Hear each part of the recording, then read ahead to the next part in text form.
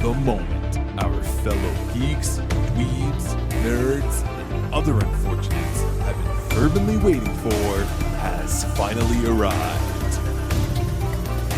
It's time for TMI, Confessionals of the Nerd Kind. And now, your hosts, Jeff Nerfherder Chandler, Jim Kaiju Baker, and Christina Yojimbo Henry. You can continue.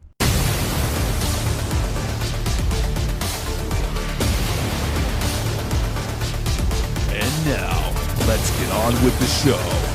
Here is TMI. Good thing I held my body functions in order. But I've been waiting so long for this episode. This is our triumvirate of bad movies. So bad, we love them. And hence the Valentine's Day theme. Even though we missed it. A little bit late. Yeah, a little bit late to the party. We're always late to the party. It's Valentine's week. There it is. Still in range. We're now, spreading the love all week long. This is the reason I do this show. This is what gets me up in the morning, is to talk about movies like this that mean something to me. And I'm sure the same with both of you. Now, whether or not you're going to be as excited to talk about Ice Pirates and Santa Claus Conquers the Martians as I am to talk about Laserblast, that's yet to be seen. Hopefully, yes. Well, we all chose these movies for a reason, right? But I think what we can get excited about is this new revelation that we've all discovered in the past month called Tubi, which is a free streaming service. As well, it's free for me. I don't know if anybody else would have to pay. Yeah, it's free. Yeah, it's on my phone. It's on my TV now. And it has some big time Hollywood movies. It's not all direct, but mostly every movie that I remember and love watching on 70s Saturday afternoons is there on Tubi. And even better, it actually has commercial breaks, just like it did back in the day. So I actually like the commercial breaks. Yeah, though I'm curious who these ads are actually targeting, who they think is watching this stuff, because it's all like for little kids. Really? ABC I saw Mouse. mostly car ads. Yeah, I was mostly car ads too. I got ABC Mouse, Adventure Academy, and then a bunch on NyQuil, DayQuil. So they must have thought that I needed to. That's weird. You need drugs. Maybe they look at your. Maybe they actually look at your viewing habits and they tailor we all the watch commercials the same three towards movies. you. That's really bizarre. Yeah, I don't know. I saw like many commercials for Call of the Wild as I was watching. No, I didn't see anything like that. No, I didn't see that either. Really? No. Yeah. Oh, speaking of that, I saw some article that they used a rescue dog out of Kansas. I'm like, that dog's like completely CG. Well, now that I've seen more trailers, it's a mix. It's a real dog in some scenes, and it is the CG dog in others. Mostly for the facial expressions. Right. They use the Scooby-Doo. What's that? My solo?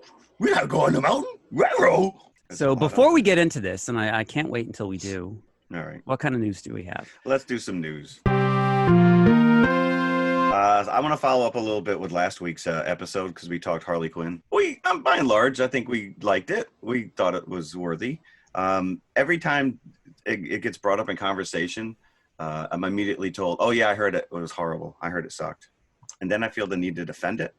Yeah. But it looks like Warner Brothers is frantically trying to get some of their money back to the point where they went and they changed the name of it to Harley Quinn, Birds of Prey. So Harley Quinn now gets a front and center title. But, I was listening to what we talked about last week, Christina, and you mentioned the fact that they really kind of shot themselves in the foot by releasing this as an R-rated movie. Mm-hmm. So why wouldn't they follow in Deadpool's footsteps and release a PG-13 version? I mean, I think they probably could. Like I said, I think that they were cutting off a pretty big segment of the population that would want to see, those characters. Well, like I said, my niece. Girls 13 to 17 whose parents may not be cool like me and take them to the movies when they're underage, because I took my 13-year-old son.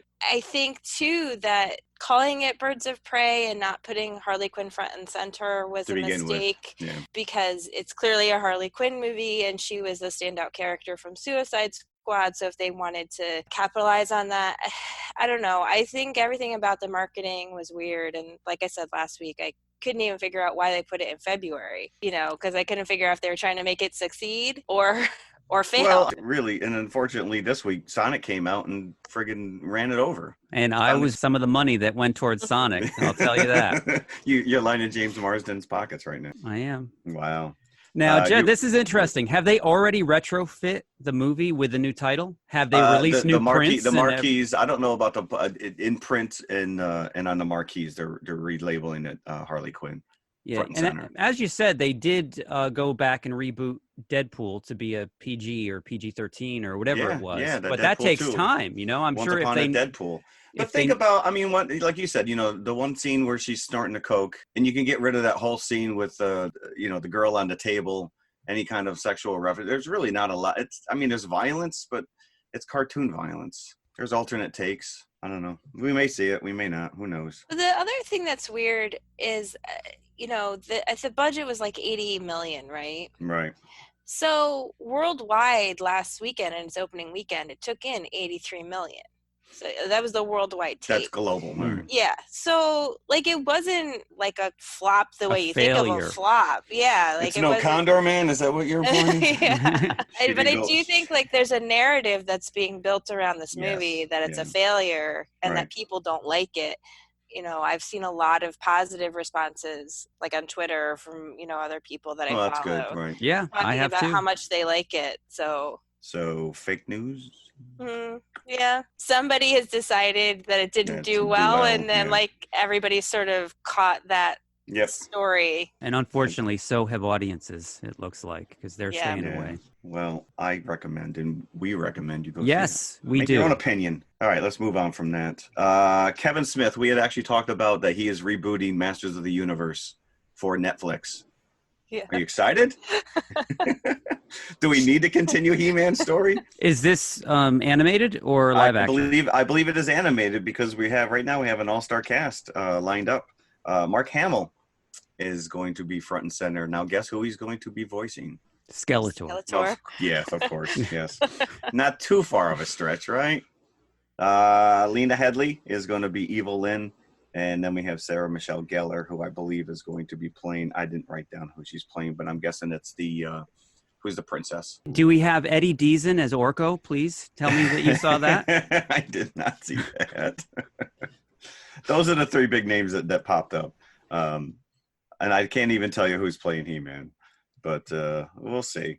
I hope it's Dolph Lundgren. That would be awesome.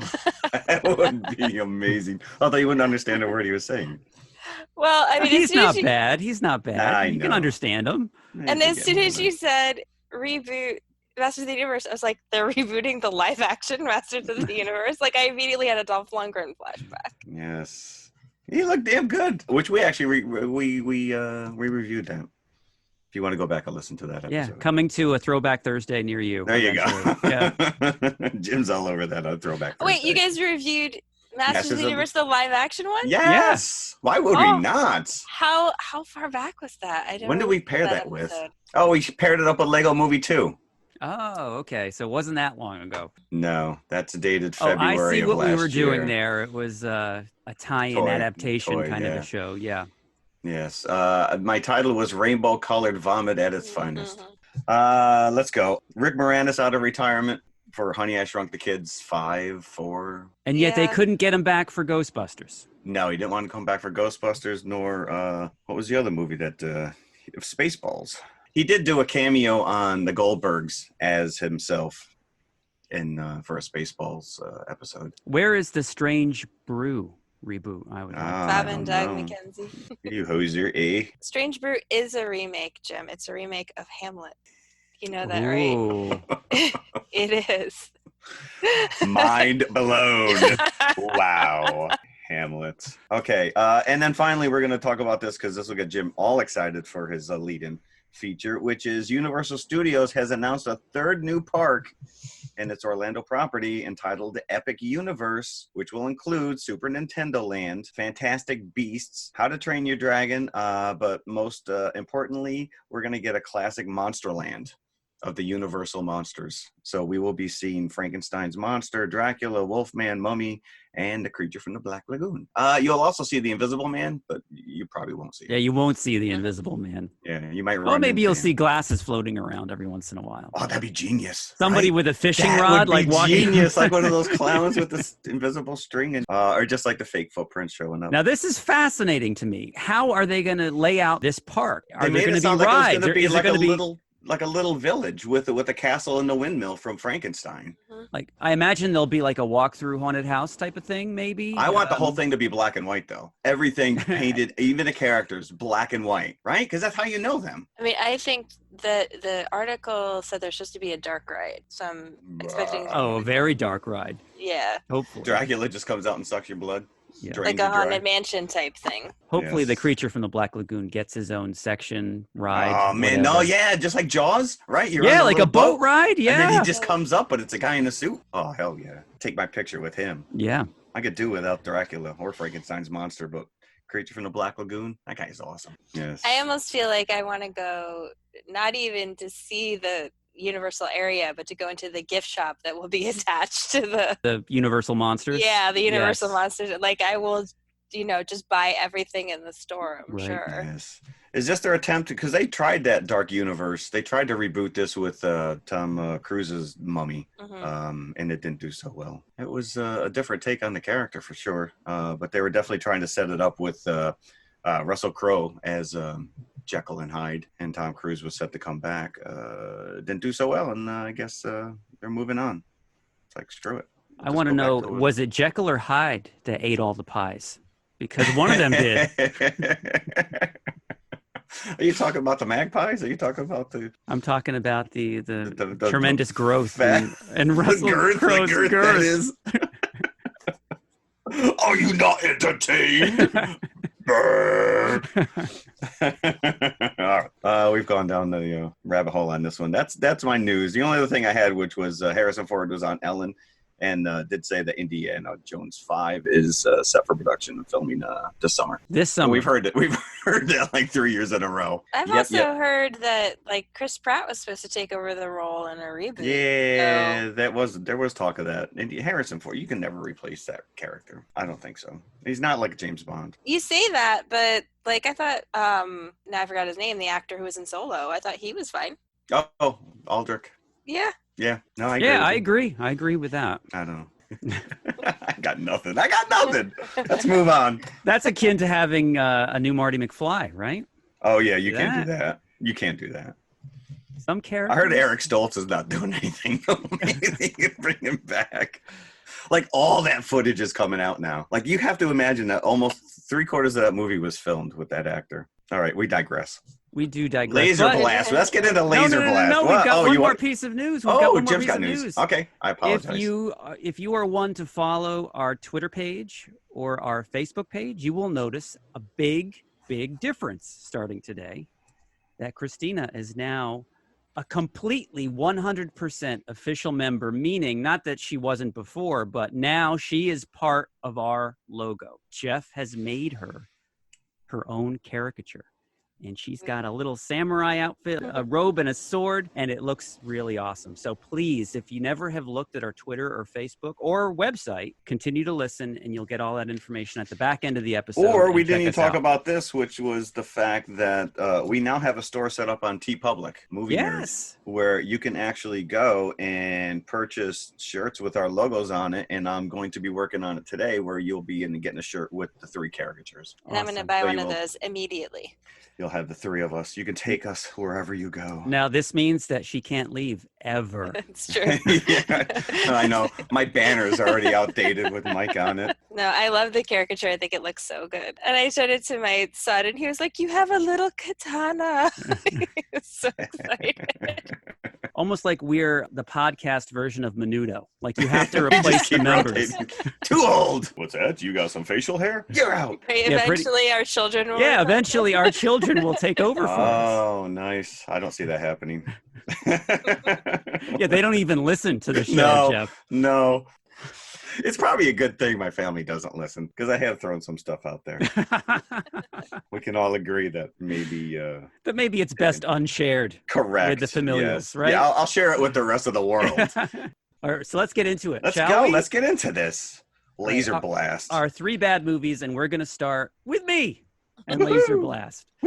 You've brought this up numerous times. Now, this is a themed episode. All of us chose a favorite bad movie, an admittedly bad movie that we love, that you may not, and even the other two may not in this particular show, but we have inflicted it upon each other to watch our favorite bad movies, because it was a little difficult for me to get through it as well. But Boo. I have a connection to this. Laserblast. In some circles, it has an exclamation point at the back end of the title, just to underscore how bad it is. Laserblast! This was released in March 1978, and Christina very helpfully distributed an article to Jeff and I that featured Laserblast from a couple of years ago. And the article was about the post-Star Wars rush of sci-fi movies into the theaters, mostly low budget, and Laserblast is one of these. I cannot imagine this actually playing in a theater. No, this is just, I would demand my money back. The quality alone is just so terrible. Maybe in like a seedy 42nd Street old school New York theater, I can see this happening in an exploitation kind of a theater, but nowhere in middle America. I doubt that this played. But anyway, this was Rush produced and released to kind of capitalize on that hunger for anything sci-fi after Star Wars. I read that this was filmed over 3 weekends for absolutely no money, and I'm like, you don't say. Like, I feel unsurprised by that information. Yeah. Now I imagine that this does have some very impressive stop motion. That's what saves it. It is. That's what absolutely saves it. This little stop motion animation. So I would aliens. think that took considerably longer to film. It's more like a thriller kind of potboiler than it is a sci-fi movie. It's like a revenge kind of a thing where a picked upon teenager seeks revenge, be it the local police or bullies or what have you. This has plot holes galore. So you see a lone figure walking through the desert. On its arm is a big laser cannon and a matching necklace and a green, very monstrous facial appearance. The clothes that is wearing seems not of this earth. So you get the impression that this is not a human, but some kind of an alien being.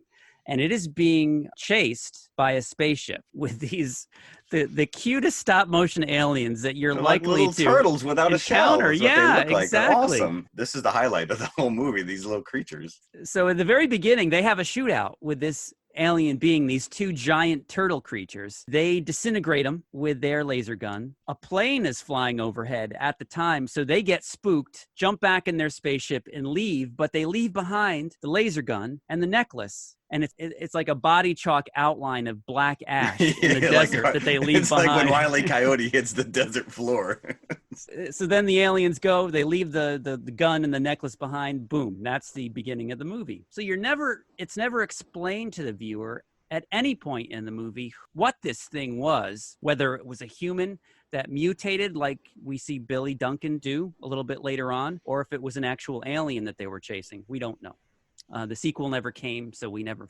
Laser blasters. We are then introduced to the character of Billy Duncan, played by Kim Milford, who we famously covered in Corvette Summer, along with Captain Marvel. Although he looks straight up like Mark Hamill here. He does, and I think that is extremely purposeful. Yes. They were trying to get a Mark Hamill-esque actor.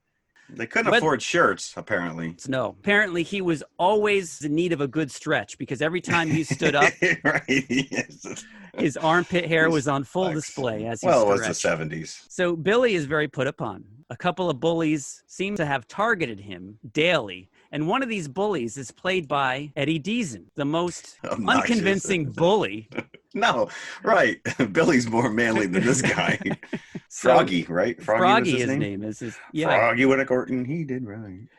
And he's also picked upon by the Colonel, who is played by Keenan Wynn, who you've seen in a million TV shows and movies, who is the grandfather, the crazy grandfather of his girlfriend, Kathy. And then, of course, the local police don't let him alone either. So he is the most put upon person in this town which I assume is like Arizona, New Mexico, somewhere in one of those desert states. So one day after everybody's picked on him, he goes wandering in the desert with his van with big bare feet walking across it. Again, I thought it was like Bigfoot. it was like a Bigfoot thing, right? Yeah, that's near and dear to your heart. I'm sure you would have loved a van like that, Jeff. I'm looking for it on eBay right now. He goes right to the spot where this pile of ash is, and he finds the laser cannon and the necklace. He puts it on and realizes that if he holds the necklace or wears the necklace, even better, at the same time he's got the gun in his hand, it actually fires. And he blows up some innocent bushes. Take that, you bush, yeah! In slow motion. So he spends the rest of the movie exacting his revenge, and that's pretty much the setup of Laserblast. That's all you need to know. That's too much. I already know too much. Oh my gosh. This was so poorly acted. This is bad. It's important to note that they play this character off as kind of like either late high school or just out of high school. But just a year later, Kim Milford was playing the mafioso character in Corvette Summer and looks considerably older, considering that it's only a year apart. He's a little bit past his teen years, Mr. Milford is. I think I looked it up. I think he was 29 because the first thing I thought when I saw him was like, he does not look like a teenager. No, because they set it up that he's living with his mother, who is always jet setting off with some man to Acapulco or wherever. Yeah, as a matter of fact, when you first met her, you didn't know if that was his mom or girlfriend. No, because he sits like, very alluringly with no shirt on her suitcase as she's packing the car. Yeah, and his girlfriend looks like she's about 12, so that's statutory right there. And you watch this on regular TV? Yes, they played this often. There was some soft porn, like close-up of elbow folds and stuff. There was so weird when he's making out with his girlfriend. It was kind of like weird. You will look at the whole act of coitus in a completely different way if you see this movie. Don't show this on date night because your chances will be ruined. Yeah, Kid's nuts. He saw Star Wars 5 times. I mean, the thing about this movie, there's zero attempt at connective tissue in this movie. Like, every scene is like a non sequitur that has nothing to do with the scene that came before it. We were watching it, and okay, so this is going to sound like a non sequitur, but it's not. Do you guys know the cartoon Invader Zim? Oh, yeah. Watch Invader Zim, yes. Okay. And Zim is the alien who came to Earth who tried to take over, and he has a really stupid robot named Gur. And whenever Zim asks Gur a question, you know, he'll be like, I don't know. Well, after a while, my husband and I are watching this movie, and he's going, where did the plane come from? And I'm just going, I don't know. Like, why is his mom leaving? I don't know. This is like my answer to everything in this movie. I don't know. Stop poking holes in this. Hey, Christina, you were the one that told me to leave my plausibility meter at the door with us. There you go. I told you that for a movie that had a plot. Well, maybe this movie just wants you to think for yourself. It wants you to fill in the holes. Like, why is she wearing a Cub Scout shirt? Why is he not wearing a shirt? Why is he not wearing a shirt? With a bikini under it? Yeah. Right. And we were talking about how badly a bully Eddie Deason is. An even worse rapist, let me add. Yeah. Eddie Deason. So. That scene is so bizarre because they're clearly trying to assault her, and Billy comes downstairs to prevent it, gets the shit beaten out of him, and then she's apologizing to him. But then he says, don't say you're sorry. Don't ever say it. That's almost like a love story tagline. Like, what? Right. Love means never saying this. I have to say sorry. So, and I would like to point out some favorite scenes. The aliens, so damn cute, are adorable turtles. As they're flying back home, they get a message from their boss, another turtle, who is very perturbed that they've left the gun and the necklace behind. He actually shows them footage from earlier in the movie of Billy playing with it. Of Billy playing with the gun. It's like, you idiots, go back. Oh, the gun. I told you not to leave the gun. You can almost, I would wish they had subtitles for this conversation that they have amongst each other. That they didn't have with the alien conversation. So they've got to turn around and go back to Earth. And they make it just in time for the big finish of the movie. Godzilla and Godzilla versus Megalon swimming across the ocean and not making it to the fight with Jet Jaguar until the very end. That's pretty much what has to happen. Yeah. Did you ever take an empty wrapping paper tube and shove your arm in it and shove it up? I was going to say, where are you going with this? That's what this gun is. It's like it's like a long tube, and it's so long you can't even put his arm straight down because it's dragging on the ground.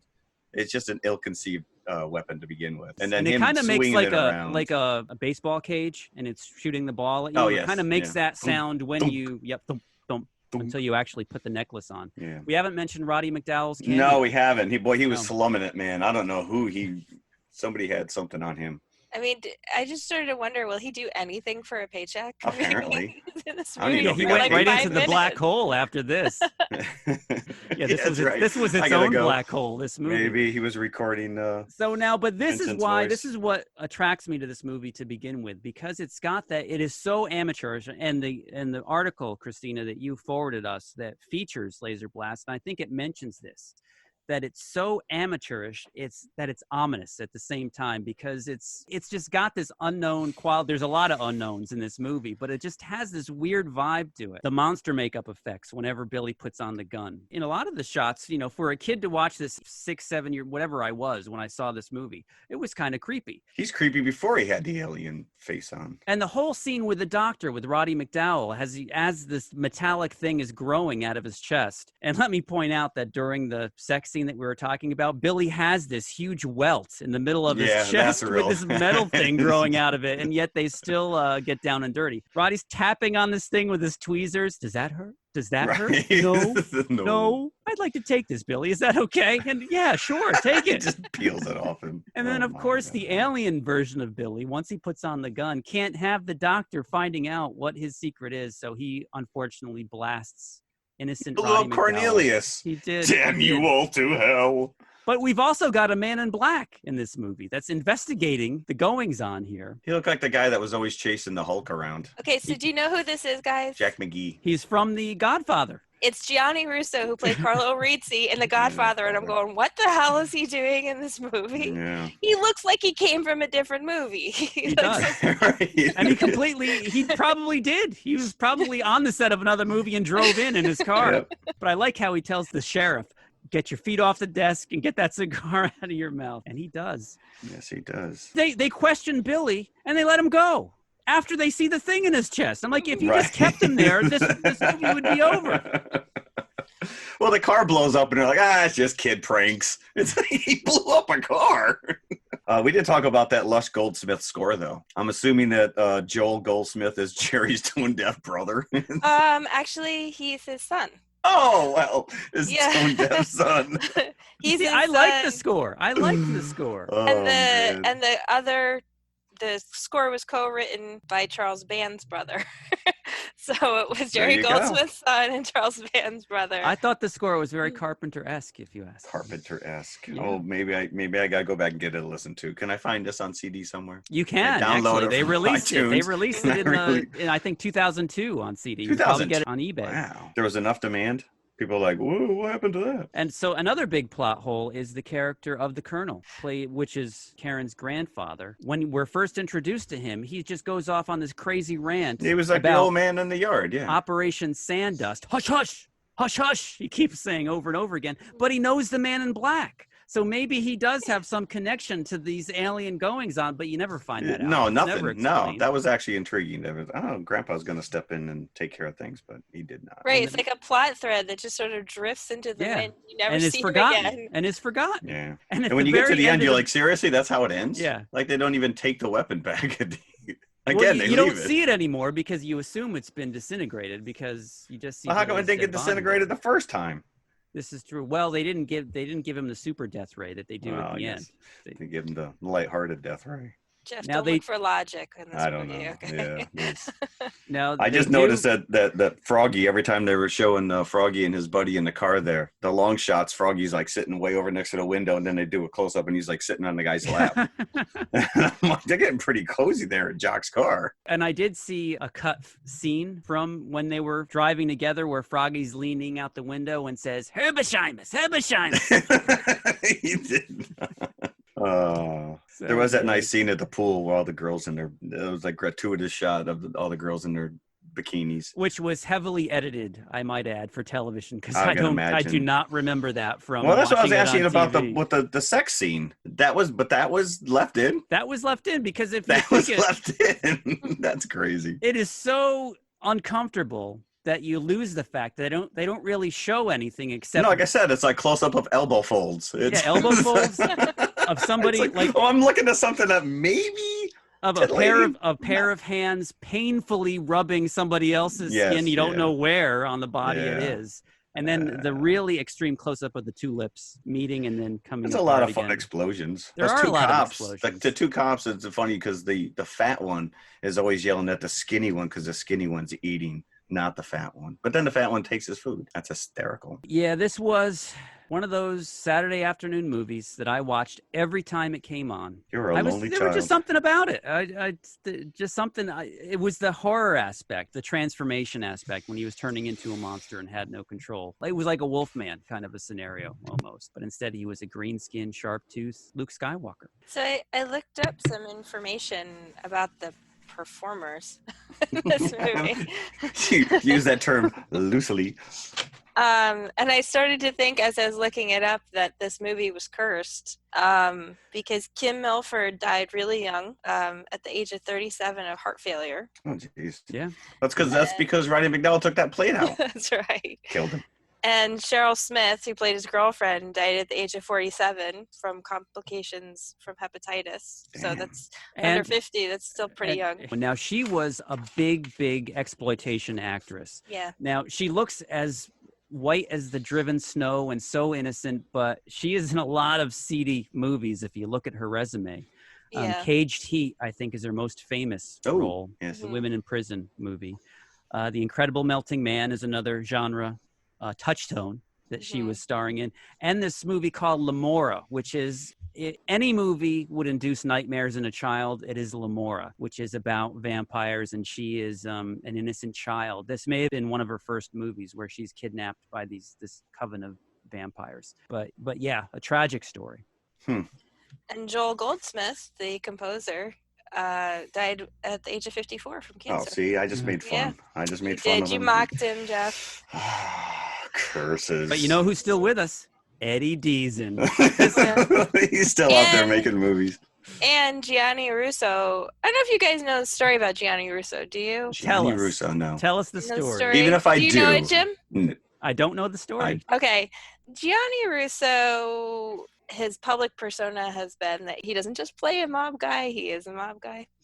He owns a casino. And like several years ago, a woman was being harassed by a cartel member in his club, and Russo stepped in so the guy would stop harassing this woman.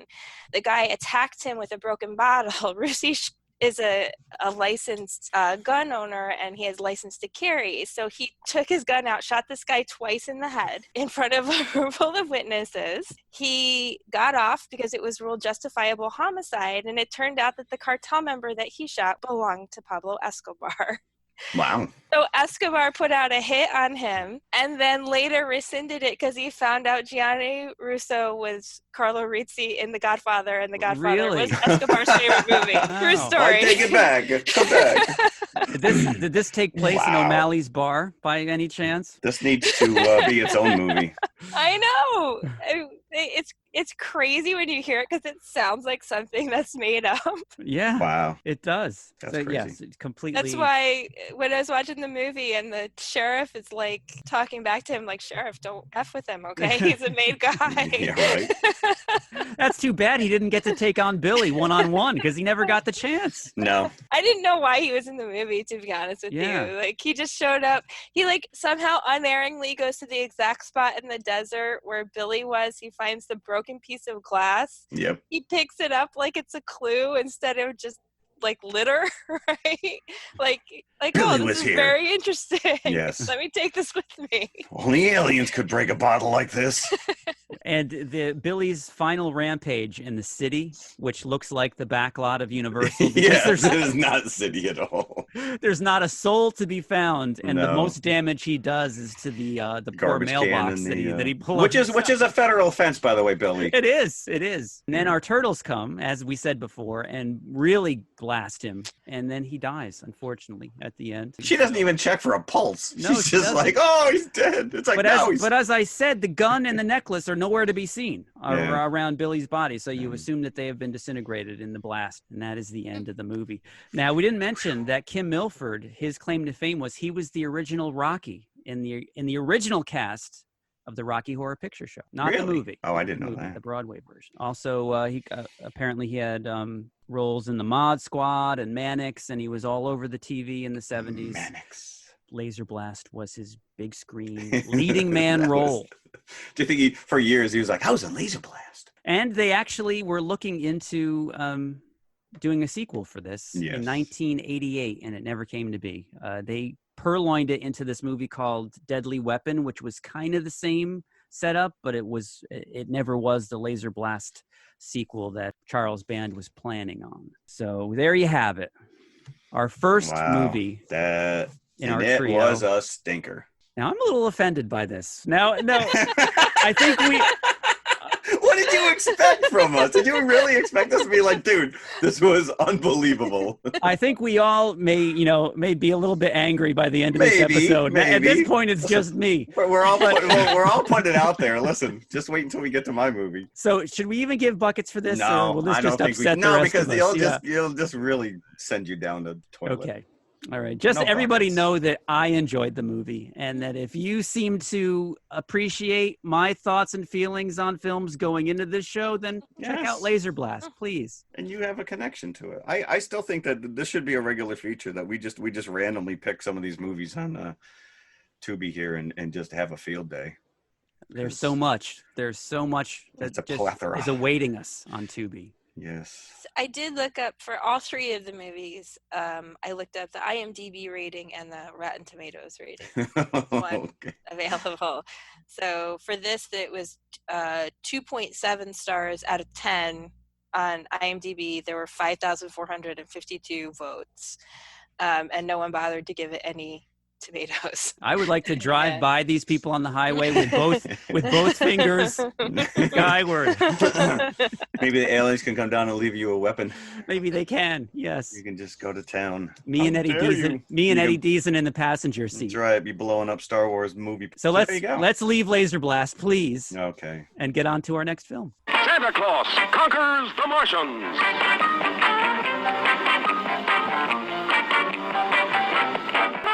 Santa sets up a fantastic automatic toy factory on Mars. The Martian leader battles the wicked Voldar in a desperate effort to save Santa, the wise man of Mars. 900 years old. The Battle of the Toys, when Martian kids and Earth kids join Santa to battle the bad guys of Mars. For real space-age fun, you'll be out of this world when Santa Claus conquers the Martians. All right. Are we going Santa Claus? Yeah, Santa Claus conquers All the right. Martians. So I wrote a little intro here. Ready for this? So we're talking about Santa Claus Conquers the Martians, which came out in 1964. 64. 64. This was long before I was even born. And everything you want to know about this movie is right there in the title. Santa Claus Conquers the Martians. Does he really, though? No, he just kind of mildly annoys them, to be honest with you. No, he amuses them. In the end, in a nutshell, we discover that 1960s Martian children are a precursor to our own 21st century offspring, as they are completely entranced by Earth broadcasts. They don't sleep, can't eat, all consuming by the terrestrial video feeds coming from terra firma. Are you reading this off a card, Jeff? I wrote this. How dare you?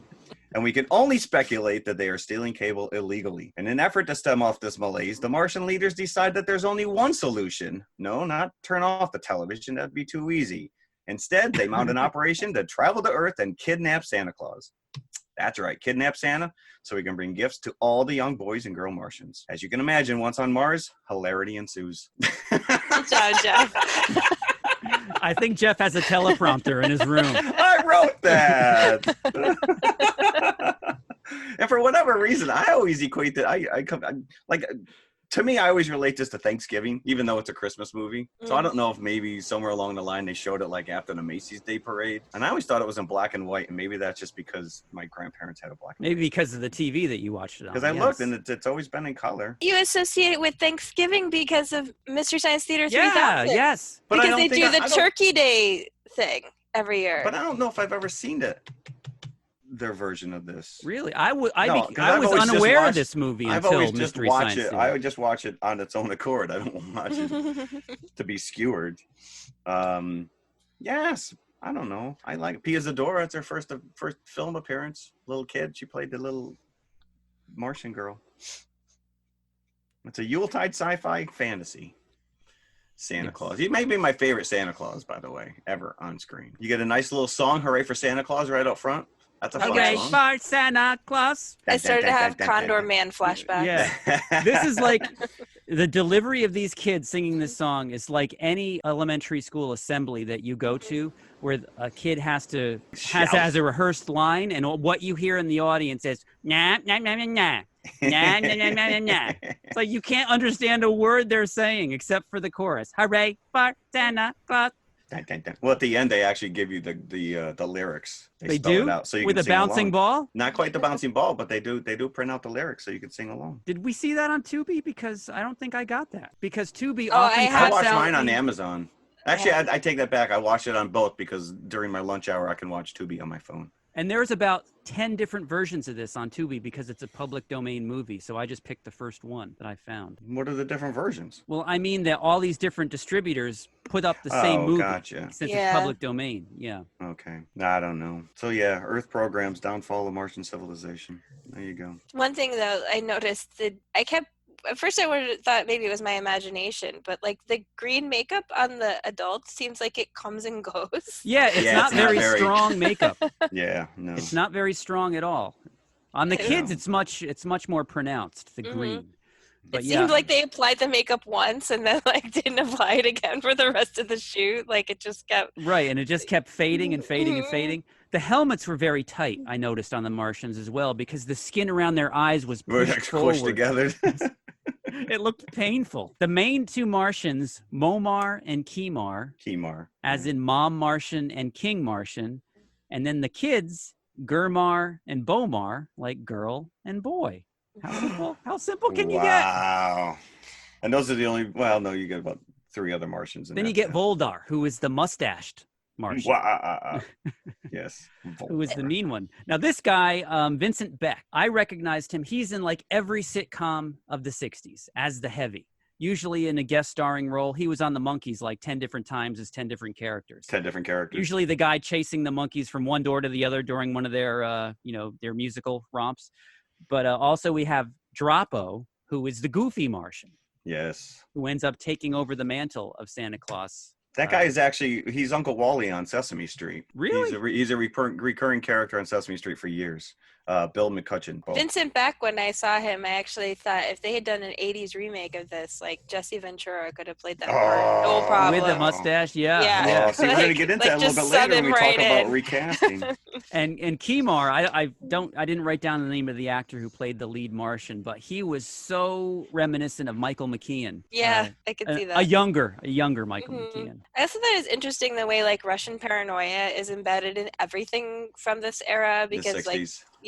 they first think that, the UFO is, they're like, we've discovered that it is not a Russian satellite. Because of course the first thing that you think is that the Russians are coming, Right. Yeah, they're happy that it's just Martians. And that line comes in the midst of about 20 minutes of stock footage of Army planes taking off, flying, and then an Army plane being refueled midair, which has nothing to do with it. Right? Too bad Space Force wasn't enacted. It's like they had an hour of movie, and like, how can we pad this out to an hour and 10 minutes? Stock footage. Cue the stock footage. Yep. It's funny that you say that because I thought as I was watching it, like, it was bad, but it was like half watchable. Like it was fun. No, come on. Now this is where the Laserblast. I enjoyed it. I still enjoyed watching this. I mean, like up to a point, I was like, okay, like I'm going along. At least they attempted to have like a narrative through line to the movie, And But then after a while, it's like this ending is going on too long. I mean, it's only like an 80-minute movie, right? Yeah. But it takes forever because the setup is, you know, the reporters. It's Christmas. It's coming Christmas, and they decide to go up to the North Pole to interview Santa Claus. It's like you can't wait until like after Christmas to interview this guy. He's busy, right? He's got a job to do. And do you know that this is the first documented appearance of Mrs. Claus on television? I did read that. It came like a scant 3 weeks before the Rudolph special. Yeah. So these kids on Mars are just like, they just sit around watching Earth transmissions. Which is what kids on Earth? Right, exactly. I did like the fact that Winky, one of the elves, had made a Martian toy, and he nailed it. They look just like the people. Yeah, exactly. Like, no one's ever seen a Martian before, but somehow he nailed it. I thought it was going to be a Martian voodoo doll. Right. I thought it was going to be like a plot device later in the film. And then we get, and then we somehow Billy and Betty get kidnapped as well, who are two Earth children. Because they can't have them squawking to the officials that they're looking for Santa Claus. But there's a line where he says, "Is this what you want our kids to be? Nincompoops." Nincompoops. Nincompoops. I love it when they first come upon the kids and they are all holding weapons on them. They're like, "Don't be afraid." Right. Sure, because like, why would I be afraid when you're pointing a gun at me? Well, like I said, you know, the plot is no, don't just turn the TV off and tell your kids to get out of their room. Let's go halfway across the universe and kidnap this Santa Claus. And they bring the kids to the North Pole. They bring the kids to the North Pole. They escape. Apparently, they commissioned a suit from Toho or somebody to make this polar bear. That polar bear is awesome. It's right off the rack. Now, where was the stock footage when they really needed it during this polar true. Bear sequence? That would have been too scary. That would have been too scary. Yeah. The polar bear, and then the robot Torg. He was cool. And Santa's like, "Oh, Mrs. Claus is going to be angry about this." It's like he doesn't care about the kids back on Earth. He's just more worried that Mrs. Claus is going to. Yeah, when they freeze Mrs. Claus, I was expecting Santa to say thank you to those Martians. She's not going to be happy when she wakes up. And Santa's constantly trying to keep these kids upbeat, and he's telling jokes, and they're dropping like my jokes, just bombs. Oh, fiddle-dee-dee. And apparently there was once Santa sets up his toy making factory on Mars, apparently you can only make 6 toys because that's all the doors are labeled with. But not even that. He's not even, all he's doing is pressing a button. You didn't even need Santa for that. No, you didn't. Just build your own friggin'. Yeah. That's what really falls apart for me. And let's talk about the radar box. I was expecting them to start taking out disguises like Magic Garden and the story box, because it looked exactly like it. It did. Yes. The radar box, the radar box, the radar box. Let's go to the Chuckle Patch. And Voldar's trying to blow him out the hatch. He's going all Ripley on their ass. He's like, "Screw this! I'm just gonna get rid of these kids." And that's where Betty tells him that Billy one day he wants to be a spaceman when he grows up, and he turns to the camera. He's like, "Oh, sooner than you think." Yes. And then Kimar asks Voldar, "Where are they?" "They're floating in space right about now." And yet somehow, how did you get out of there? "Well, when you accidentally closed the door and accidentally locked it. And accidentally hit the button marked on your locked door. Yeah. We somehow survived. Accidentally. For the Martian set, that Kubrick reused that for the moon landing a few years later. This was actually filmed out in Long Island.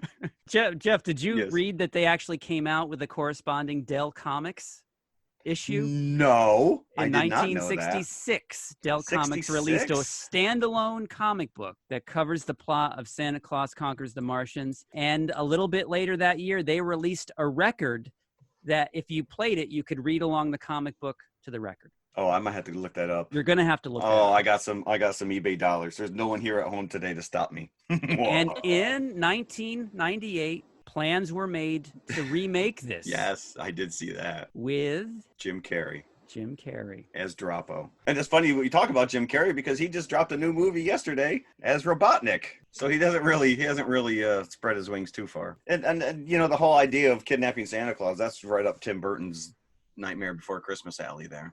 And this is just the kind of movie that Tim Burton probably saw many, many times as a kid, I'm sure. Yes. I don't know. When Droppo dresses as Santa, it still makes me giggle. Now I got to go watch Nightmare Before Christmas. We have an epic. They take him down with the toys at the end, the big toy fight. And the one guy looked like Jamie Farr, but it wasn't him. It did. I thought it was. Right? For it a second. was not him. It was not him. Yeah, whatever. I apparently you didn't enjoy it either. I'm not getting mad. I would like to rename it Santa Claus Conquers the Stock Footage. I think that would be more appropriate. Yeah, he doesn't, like you said, he just slightly amuses them. He doesn't really conquer them. But we'll get into that with our confessional when we talk about remaking these movies. But there is one Joe Pesci-esque elf that wields a baseball bat at the robot. You laughing at me? You think I'm funny? You think it's a joke? So the rating for this was similar to, well, it had more votes. So on IMDb, it was also 2.7 out of 10. Boulder Dash. But it had 10,494 votes. So it had like twice as many votes as Laserblast. And it's 23% on Rotten Tomatoes. Woohoo! Yeah. Which means, actually, of the three movies, it has the highest Rotten Tomatoes score. Nice. I wonder, though, if that's because of the Mystery Science Theater. People just watch it. Now I have to watch that.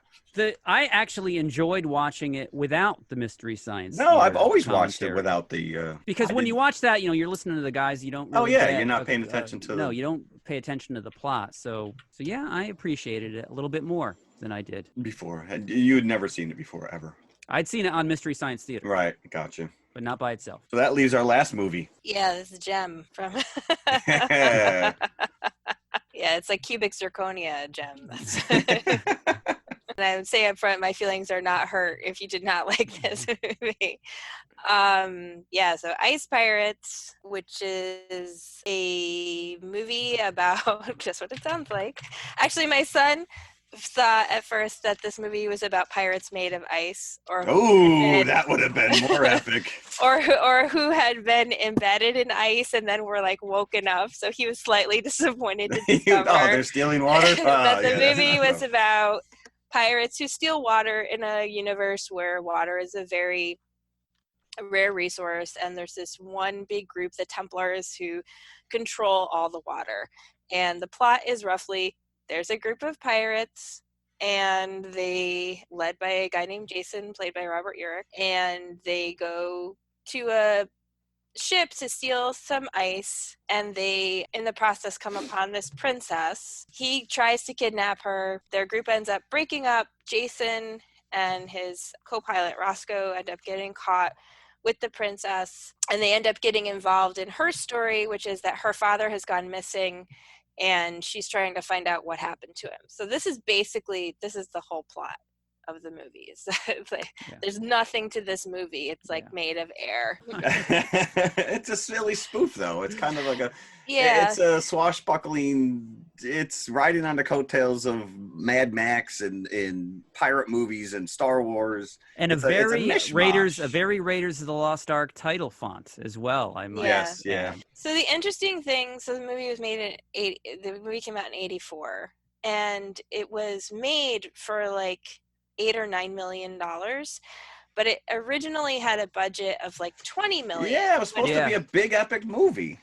And then I guess MGM came in, and they sort of, the bean counters, said everyone couldn't have a budget. I think it was over $8 million. So they cut down the budget. At that point, the director, Stuart Raffle, had the script from Stanford Sherman, who, by the way, wrote Krull, another gem from the same era. Yeah, this Krull may be featured sooner than we think. I said at the end, because I had to pay $2.99 to watch this on Amazon, and as soon as the credits started rolling, the little Krull graphic came up next. Yeah. I'm like, well, if you like this movie, you're gonna love that one. Right. Stuart Raffle then said, I can't work with this budget with the script that we have, because obviously they'd intended it to be, a bigger film. So they just sort of downgraded everything and just added as many dumb jokes as they possibly could. Loaded up with dumb jokes they did. There's a lot of hit or miss, but boy, right off the bat, when they break into the ship and they come in and it's the alien's bathroom, and there's an alien. Yes, and there's an alien on the John. with sound effects. And you immediately know what kind of movie you're getting. Yeah. And the one thing my wife laughed at me because I paused it and had to look it up because he's reading a graphic novel, which is Star Slammers, written by Walt Simonson, and I had to pull it up and pull up the cover, and I'm like, look, he's reading this book, and she goes, "You're such a nerd." And it wasn't even mentioned in IMDb. Did you know? fun facts. I should have added it. Yeah, and like poor Mary Crosby, who plays the princess, when you first see her, she's like stuck in the tube with all the dry ice. Not only that, how did he know that cryo tube wasn't keeping her alive? He I opened know, it up. yeah. She would have died right then and there. No, but he just had to look under that.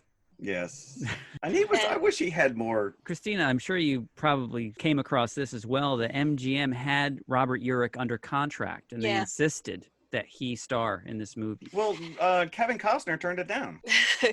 Probably that was okay for his career. But then he showed up in Waterworld years later, which is true. Yeah, with gills intact. Yeah. It's funny because when I was a kid, I never caught on to this, but now.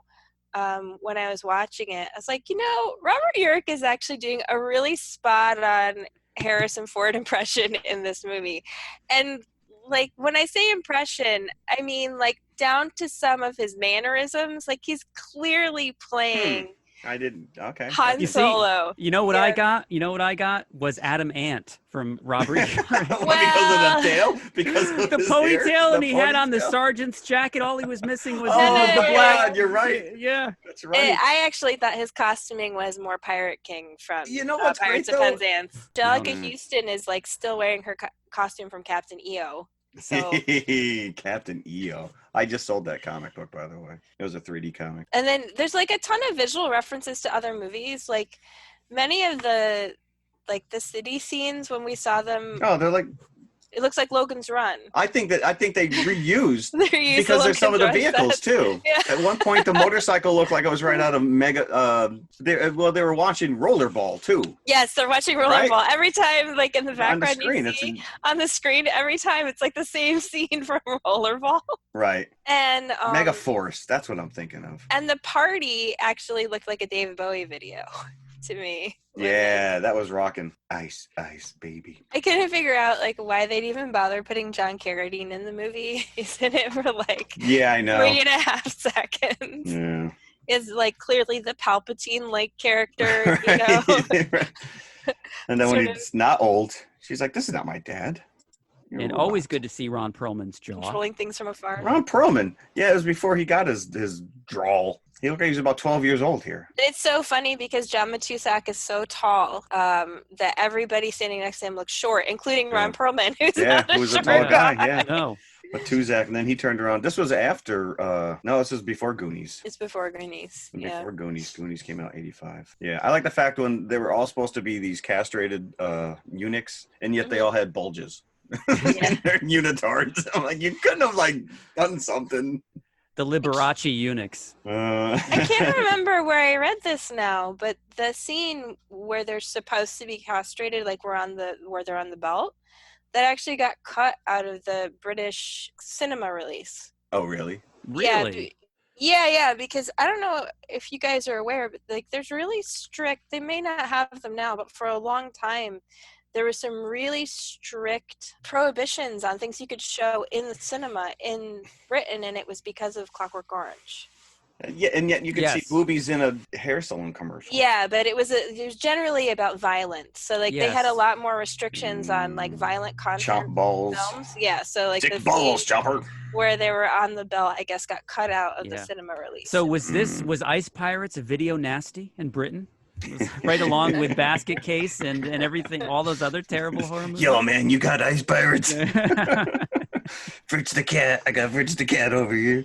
You want some Ice Pirates? Yeah, and then like the scene where they're at Sweetwater, it's like a Mad Max movie. Like there's just so many references to other movies that you've seen. I had remembered the scene in the room with the guy who's a robot and all the Amazon warriors around him.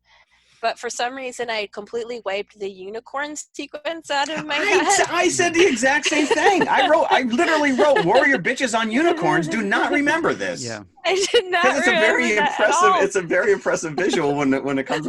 But yeah, then you got Bruce Valanche, who like he was known for. He was a writer, right? He wrote the holiday special, the Star Wars holiday special. But he was also like an Oscar writer. Like he was one of those guys off on the stage, and he'd be writing jokes on the fly. He was always on Hollywood Squares around that time. I don't know how he got that part. Have we mentioned the space herpes yet? Space herpes, we have not. Which is, I think, was the only herpes. thing that I remember to take away when I think I saw this for the first time on HBO. was the space herpes. You know what did not age well was the robot pimp. That was... Yeah. No, it did not. There's a lot of that didn't age well, because I think the only time I laughed out loud this go around is when the robot slipped on the other ones when he oil spilled. When he soiled himself, and then the other one slipped on it. Like, there is rampant robot abuse. If there was organization for robots, they'd be all over this. Well, there is a scene where the little robot, who almost looks like an R2-D2, his two parents get taken out, and he's left orphaned. Yeah. Just a little R2 unit left all on his own. I actually went to look up, see if I could find any old reviews. I found one from the New York Times from the era, and the review is quite dismissive, as you might expect. It says it's a busy, bewildering, exceedingly jokey science fiction film that looks like a Star Wars spin-off made in an underdeveloped galaxy. Yes. There you go. That encapsulates it perfectly. But my favorite thing about finding this review, actually, was that in the Times review link, they had a link to a picture of the original Times page. And they also reviewed that day Footloose. There's like a big 2-column review of Footloose. And there's a review of Tank starring James Garner. James Garner, yeah. If you remember that. I think my parents owned that on VHS. And then in the corner, in the very bottom corner, there's like 2 paragraphs about ice pirates. And the biggest thing on the page is actually an ad for Children of the Corn, which had just gotten released. And all the theaters you could go and see it. Hashtag Malachi. Hashtag. That's also sort of interesting if you think about the film in the context of the other stuff that was out at the time, right? The Footloose, Tank, Children of the Corn. So we would have all run to see this. I didn't see it in the theater. I definitely did not see it. No, I cannot imagine any of these movies playing in the theater, not just Laserblast. Ice Pirates especially has the sheen of like a TV movie, from its opening credits, from just the style of filming where you can tell everything is like, it looks like a TV set. And then that reveals some of the low budget issues that they had. Yeah, some of the sets were pretty impressive for the limited budget. The model work was bad. But I will say this, that I really enjoyed the final scene when they're going through the time warp and everybody's getting older as they're fighting. And then Jason Jr. Then Jason and the princess's son comes swinging in, and he's Robert When he finds Urich. out she's pregnant, she hands him the baby. He's like, sorry about that. Because there's that scene where they have the Passion Storm, which is like every romance novel cover my wife's ever read in her entire life, which is pretty funny. I probably, as a kid, I was a little uncomfortable with that scene. Should I take my sword out? Stupid shit. But I always lived vicariously through my friend John Eckensterner, who his dad used to take him to the movies every weekend. And he would come back, and this is one of those movies that he saw and had to probably sat me down for 40 minutes and explained every scene in this and joke in this movie. And again, the space herpes was like the one thing that really stood out. I remember that. And of course, that's, a direct alien scene when it comes out of the turkey and skittering across the skitters across the table. So, do you think they're so the whole point is that they're looking for the 7th world that's where the princess's father supposedly and is. It turns out that it's Earth, but they're going to be really shocked when they find out that it's all salt water and you can't use it. Now, the plot, as Christina went over it, but they kind of set up that the great interplanetary wars have destroyed the water on the 6 planets, and what hasn't been destroyed is now being held by the Templars of Mithra. Right. So they have control of all the water, and this almost mythical 7th planet, which, according to legend, has blown somewhere else into the universe. Like the gravity of the war just blew that planet away. So it's lost, floating in space. We just floated away, as planets are wont to do. And it's revealed to be Earth. One of the things that I read about this movie was that they have a scene that was cut at the very end where it's like modern day Earth. They fly over Malibu, I think was the place. Miami or something like that. It'd be great if they get there and the Battlestar Galactica is like sitting right there. It's like, we just got here too. Hey, welcome. Apparently the director was super upset when he found that out because it was cut out of the film and he didn't realize that it had been cut until he saw the final version. Yeah. I should also mention that Stuart Raffle went on to direct the classic Tammy and the T-Rex. Oh, I do not never know. Seen that movie. I do not know what that even is. Which is another Chicago favorite. They've shown it at the Music Box during various film festivals. I only know of it in legend. I've never seen it. You can actually, if you come out to Chicago sometime, you'll it's probably not on, be able it's to not on see Tubi. but this movie actually made some money. It had a $9 million budget. It made $15 million in the theater, so it wasn't a total loss. It has a 5.7 rating on IMDb. So just rub my nose in it. Just wait, rub my nose in it. But the Rotten Tomatoes score is 9. 9%. Wow. Yeah. I was That's actually harsh. surprised that the Rotten That's Tomatoes harsh. score was so low. A bad movie to me that's watchable, like at least it like you know, and it's only 90 minutes long, so that saves it too. You know. And I actually like the time warp bit at the end because it speeds up what would otherwise be a tedious climax. Like, well, it's clever, yeah. Yeah, it just sort of like gets you through it very quickly. Yeah, I mean, for me, this is like one of those movies that my mom recorded off HBO, and so I rewatched it like a billion times on video, along with Flash Gordon and you know, other films that came out around the same time that were similar. Enjoyed watching it again, mostly because I enjoyed watching it when I was a kid. But I'm like under no illusion that it's a good movie. No, but this is the kind of movie, like if I'm flipping channels and I see it on, I probably would leave it on. Only like because, you would stop, Yeah, only because you haven't seen it in so long and you do remember it was funny. And then a lot of that funniness went away. Sure, upon reflection, after talking about these three movies, I can probably honestly say that all three of us still feel that our chosen movie is our favorite out of the three. Yeah, because there's emotion connected to it. Correct. Yeah. It's got nothing to do with quality per se. So no surprises here. Nobody was completely won over by Santa Claus or Ice Pirates or Laserblast. But I am glad to finally see Laserblast, so we can put that damn thing to rest and not talk about it ever again. I'll still talk about it. I will talk about it. So that leads us to our confessional this week. Confessionals. Now, we have chosen to take our chosen film and kind of speculate. If they were to remake these movies today, who would we like to be in the featured roles? Which is a great question. And I tip my hat. Was it Christina that came up with this? No, Jeff did. Jeff did. Okay. Oh, wow. Why are you surprised? Look, he sounds surprised. He's ready to give you credit for that. Jeff. Christina, once again, stepping up to the fore. I credited you, Jeff. I know you did. I know Jim, on the other hand, is dismissing. I was ready, yeah. Ain't no way Jeff came up with that. Half the time, I don't know who's writing these texts. I just read them and respond to them. Wow. It's one of the two. I'll respond. It's one of them. Let's start with Laserblast, shall we? Let's go.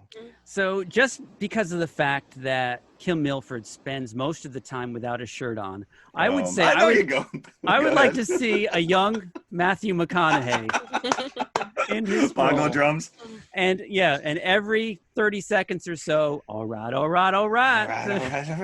Mom, boom, blow up Mom, where you going? All right, as he's sitting on her suitcase. Since the character of Kathy didn't make a great impression on me, I wasn't really strong about who should play her in a remake. So I was just going more physical type. So maybe a Dakota or an Ellie Fanning, just, for that blonde kind of a look. I would actually go, and we mentioned him already, with Russell Crowe as the Man in Black. Russell Crowe. Because he has a pretty large presence. He'd still be getting out of the car. And maybe we could go with Groundskeeper Willie as the Colonel. Nice. I was fighting wars while you were sucking on your mom's teat. That would be pretty interesting. He would just be the only animated character. No, he would not be, because I would also go animated with the character of Froggy and have Eddie Deason from the Polar Express. with those doll eyes. That's my cast for Laserblast. Nice. I like it. All right, Santa needs to conquer the Martians here. We can't just placate them. So I'm going to bring in Matthew Vaughn to direct this thing, and we're going to go straight up Die Hard style franchise. So Vaughn's got that very stylized fighting, with the Kingsman and Wanted and some of that stuff. So we're going to have plenty of out-of-the-world explosions, and we're going to bring in Zach Galifianakis as Santa. Nicolas Cage. Nice pick. Nicolas Cage is going to be Voldar. Oh my gosh. With mustache? With mustache? Oh, straight up twirly mustache. And then for Kimar and Momar, I'm going to bring in Colin Firth and Mary Steenburgen as the loving Martian. Oh, Mary Steenburgen. Because I love her. And I might love her even more if she's green. Can we do Time After Time, one of these shows? Oh, sure. Yeah, I love that movie. Mm-hmm. Yeah. Yes. And then I'm going to bring in Ryan Reynolds as Droppo. Ryan Reynolds as Droppo. Yeah, because it looks like Jim Carrey was already set to do that at one point. And we're going to have a full-scale toy assault at the end, the likes of which you have not seen since Kevin McAllister went gonzo on the Wet Bandits. Because it was a good idea of having all the toys attack them, but it needs to be stepped up a bit. It's going to be a nice action piece. Yes, it does. So. A little bit more violence in the end. Hell yeah. Yeah. Oh, there'll be deaths. There'll be Santas. There'll be casualties. There'll be casualties. Santa's floating in space. And we're going to bring in a real polar bear. No Yes, stock footage. please. At least stock footage. At least stock footage. No CG polar bear. Unless he's opening a bottle of Coke. So that's my choice. So I think Taika Waititi is a natural fit for Ice Pirate. I think that it would actually probably be funny if he directed it. Because the character of Jason, originally played by Robert Urich, is supposed to be a sexy character, the only choice could possibly be Idris Elba. Ooh. And because, I mean, does anyone disagree that he's the sexiest guy in the world? I don't know. Okay. Yeah. So well, he'd have to have the ponytail. He would look really good no matter what, I think. And the point of this role is to look really good and to say goofy lines. He would be perfect. And so then I want Naomi Harris as his princess in the Mary Crosby role. I don't know if you guys are familiar with her. Monty Penny. She's 28 and she's in 28 Days Later. Of course, yes. Yeah. And I didn't have a lot of thoughts about the other roles because a lot of them are just sort of generic pirate parts. Right. But I did want Kate McKinnon in the Angelica Houston role. Kate McKinnon. Yeah. From we got to bring Ron Live. Perlman back in though. Yeah. Just recast Ron Perlman. Yeah, he could do it again. Yes, exactly. Unfortunately, Matuzak is no longer with us. Yeah, very sad about John Matuszak. So there you go. Yeah. 3 really bad movies. It's interesting though. A lot of us talk about how we saw these movies like on HBO or Channel 11 or Channel 9 or something, on like Saturday afternoon. But I was thinking about when I was watching this, how video stores used to give movies like this a second life that you don't get now, that a lot of people get their content on digital, because you would go into a video store and you would see the covers, right? Or it was you couldn't even make a choice. There was so like everything. It's like going into a comic book store and you got all these covers, these graphics, and some of them have pretty impressive artwork. Yeah. And you're like, oh, that looks great. And you buy it and then it's like horrible. But they would still get like sort of a second chance at an audience. I think they would, yes. That's not really available now because people don't go into a store where they see physical copies of the movie, And then they would have like workers like choice picks, like our pick of the week. Right. So again, that's kind of like what we're doing on this show, which is, we're bringing up movies that you may have not heard of or haven't seen in a while. We talk about them and then you're like, oh, I need to go revisit that movie. I remember but like, as you said, the video store was one step above watching something on TV, because before there was VHS, you were kind of beholden to what the networks showed on TV. You had no other choices. Then suddenly the video era comes in. You have some other choices when you go to the video store. And as Christina said, gave a second life to some of these titles. Today, unfortunately, you've got so many choices. Movies like the 3 that we're covering really get lost in the shuffle. And unless you know it already or seeking it out, nobody will ever find it. Because just going on Tubi, like you look at that and it's just like you're like, holy crap, like look at all these options, and you just end up scrolling. You just end up even on not Netflix. Watching anything, right? No, correct. You're just like.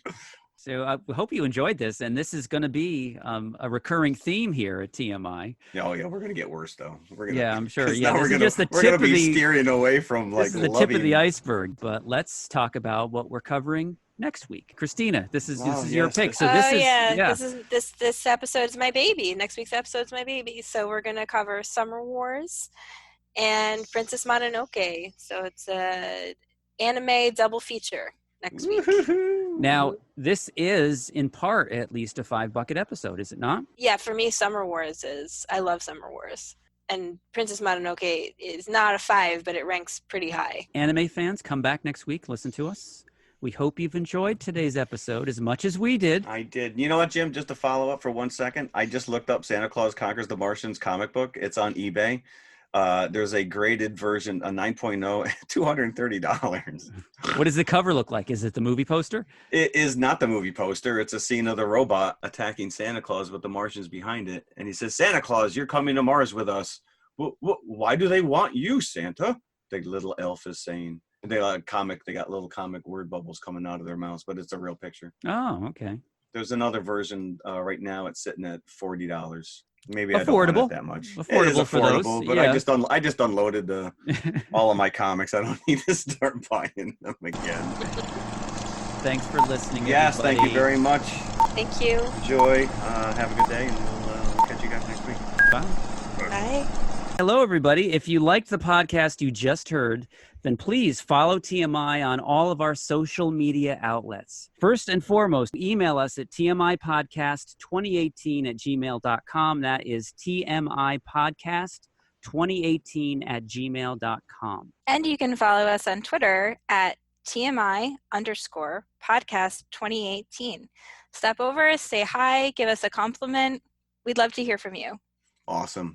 Make sure you follow us on Instagram as well, which is also TMI_podcast2018. And of course, we are on Facebook, facebook.com/TMI Podcast 2018.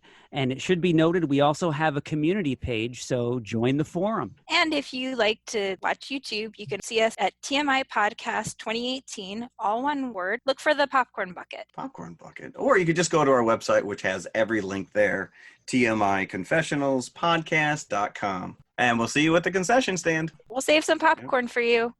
Are you not entertained? Nincompoops. Nincompoops. What's that?